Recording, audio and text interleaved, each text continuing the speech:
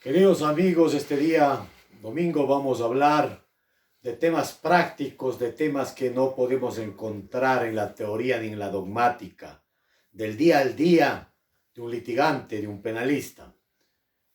Voy a referirme a la falta a los principios de buena fe, lealtad y el cometimiento de fraude procesal, engaño al juzgador y otras infracciones, inclusive de carácter penal, que se dan por parte de ciertos colegas profesionales del derecho, de la otra parte e inclusive de quienes son litigantes en materia penal.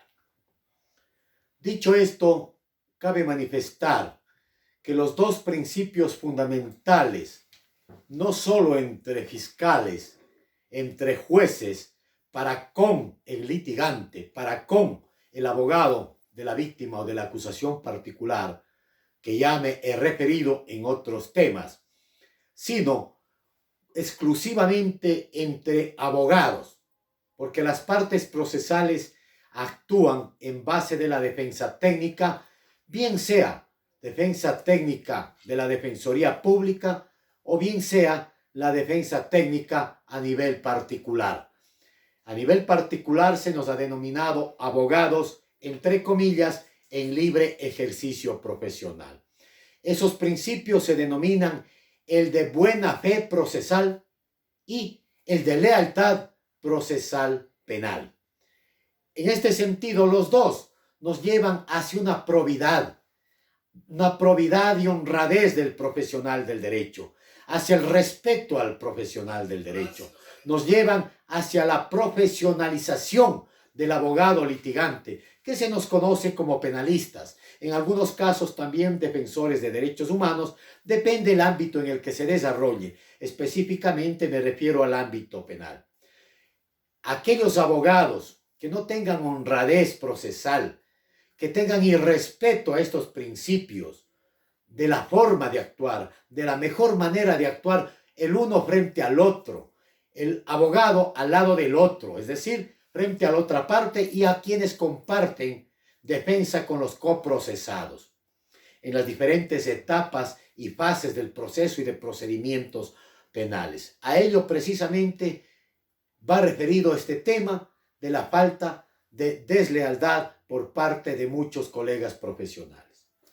En cuanto a la falta de la buena fe profesional, en la práctica, ¿dónde se da la falta de la buena fe procesal? Fundamentalmente debemos referirnos a dos circunstancias, a dos lugares a donde generalmente se viola este principio de buena fe procesal, tanto de defensores públicos cuanto de defensores particulares que están cazando clientes. Me refiero a las unidades de flagrancia en el ámbito penal y también a las unidades de tránsito de nuestro país, fundamentalmente a aquellas, pero también en cierto sentido a las que tienen que ver con ciertos recursos extraordinarios, específicamente con el recurso de casación. Ahí es en donde se genera esa mala fe del profesional del derecho, aquellos que están boleteando, se dice, cazando, pescando clientes en las afueras de las unidades de flagrancia, le preguntan al incauto, a quien tiene un familiar detenido y preso, si quiere sus servicios, y le tratan de convencer, le tratan con mentiras de involucrar para tomar el caso. Hay caras conocidas, apellidos conocidos ya, al menos en nuestra ciudad y provincia. ¿Qué pasa cuando algún cliente patrocinado va a la misma y obviamente le preguntan con qué abogado está? Menciona y dice con abogado fulano, sutano, mengano. Le dicen no, cuidado, hay el peligro que le cobren tanto porque estos abogados son caros. Y le dicen que ellos arreglan con los fiscales, que arreglan con los jueces y por último terminan haciendo procedimientos abreviados. Le roban el dinero al cliente. A veces ni siquiera presentan y señalan casilla judicial ni autorización. Esa es la forma de trabajar está bien, pero el trabajo de abogado debe ser noble. Un abogado debe ser un abogado de fama, en el buen sentido, sobre la probidad, me refiero, sobre el buen nombre, el honor del abogado, para que no te digan abogado polilla, abogado asaltante, abogado delincuente, como sucedió recientemente con la ministra de Gobierno, que hizo referencia a ciertos abogados o abogado que defendía al ciudadano Glass.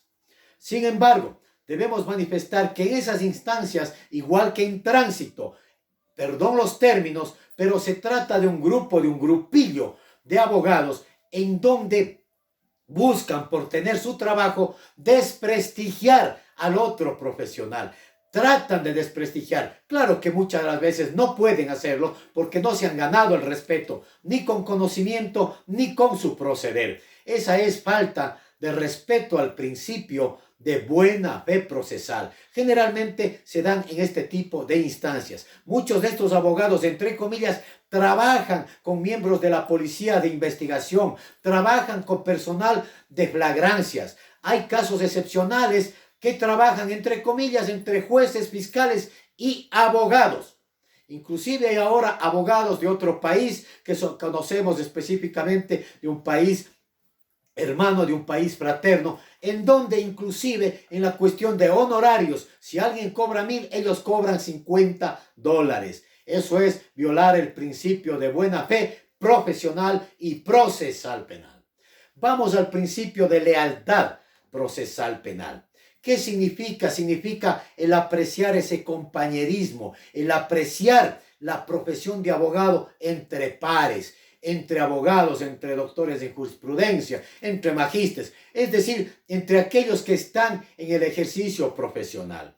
Aquí generalmente existe una deslealtad de parte del ministerio denominado Defensoría Pública, es decir, no de todos, de la mayoría de ellos. ¿Por qué? Porque generalmente ellos hacen lo que les digan los fiscales, lo que les digan los jueces, y se ponen en contra de nosotros que somos litigantes. Se supone que ellos también son litigantes y defienden el debido proceso, deben defender las garantías judiciales. Sin embargo, existe deslealtad de parte de esos ciudadanos, también abogados. En este sentido, eso se da en la práctica generalmente en un 90%. Es por ello que uno, cuando está en una audiencia, prácticamente no se les toma en cuenta, no se les toma en consideración. Claro, por uno pagan todos. Hay excelentes defensores públicos, excelentes defensoras públicas. Por supuesto que sí, pero en la práctica la mayoría son totalmente desleales.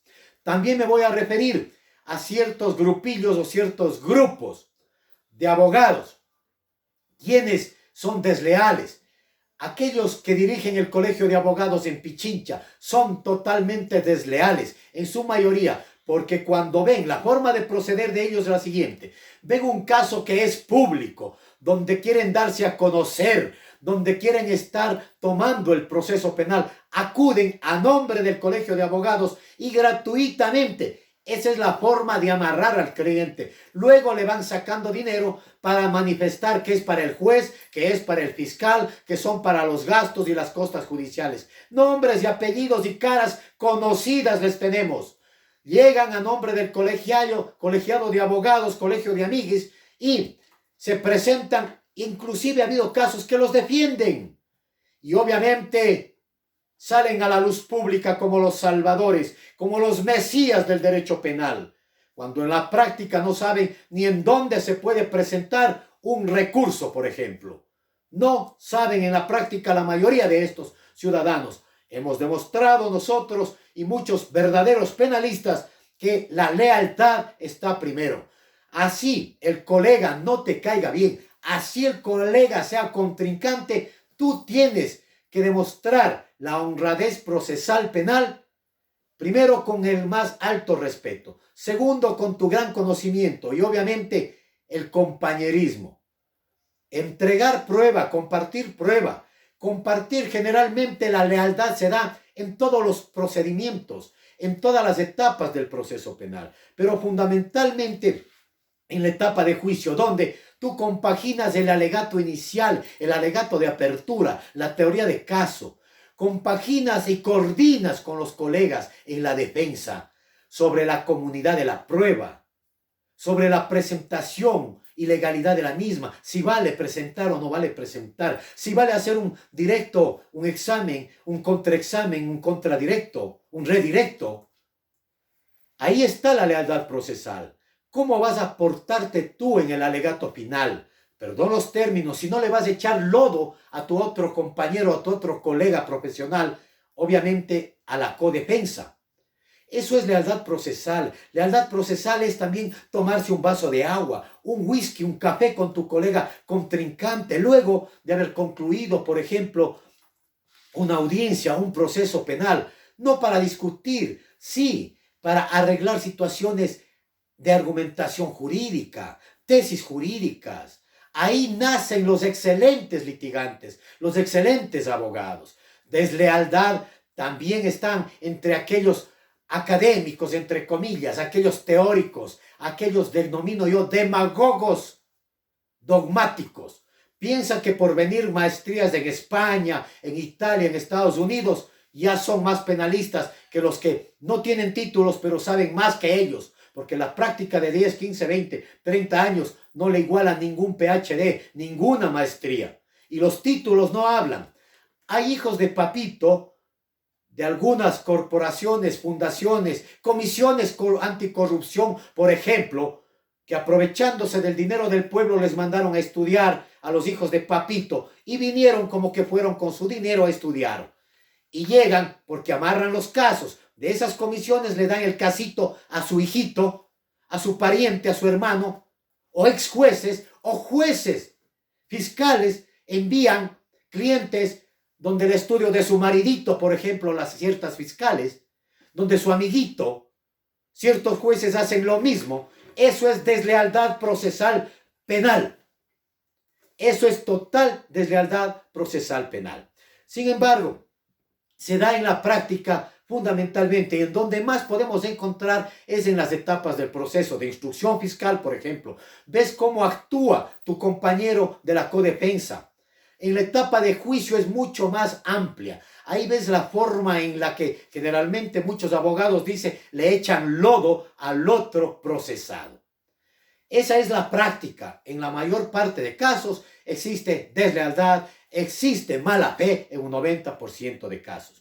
Ahora vamos al fraude procesal. ¿Cuándo se comete fraude procesal? El fraude procesal generalmente se comete en la presentación de las pruebas por parte del compañero que está en la codefensa o de la otra parte procesal. No me refiero a fiscalía, solo a los abogados. Es este tema el día de hoy.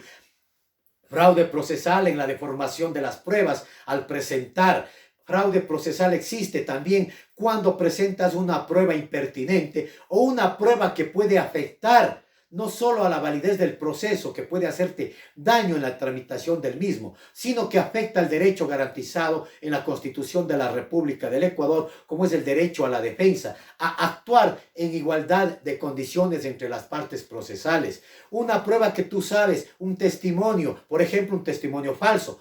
Cuando se da el fraude procesal, generalmente se da al presentar la prueba documental, la prueba instrumental. Cuando tú presentas, por ejemplo, como cuando un abogado no acude a una audiencia y presenta un certificado médico, que tiene gastritis, que tiene cualquier enfermedad, y ese certificado resulta que ha sido falsificado, resulta que le da el uso doloso a ese documento falso, documentos y certificados que presentan para no acudir a la audiencia con artimañas, con argucias, porque esos no son abogados, son mercachifles, vendedores de justicia. Claro, se los llama también delincuentes junto a delincuentes. Precisamente, buen nombre, buen término dado por algún jurista ecuatoriano que me reservo el nombre.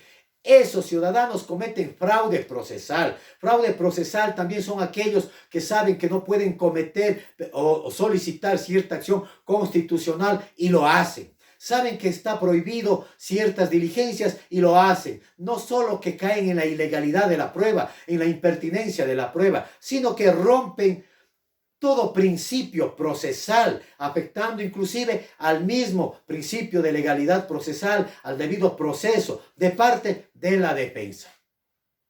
Este fraude procesal es un delito sancionado no solo con privación de la libertad, sino que conlleva al otro delito que se conoce como engaño al juzgador. Todas estas situaciones de mala presentación de la prueba llevan a inducir a engaño al juzgador, que eso es un delito en base de carácter penal. Y también podrían conllevar a cierta comisión de delitos como son intimidación, amenaza, chantaje de parte del abogado. También a la mala práctica profesional de un abogado cuando comete este tipo de cosas y de situaciones. ¿Qué conseguimos con ello? Precisamente reconstruir el ejercicio profesional, el pago de indemnizaciones, daños efectuados en contra precisamente de los procesados y, por supuesto, el rectificar el proceder de los abogados, que dicho sea de paso, deben conocer lo que significa la conducta de los mismos a través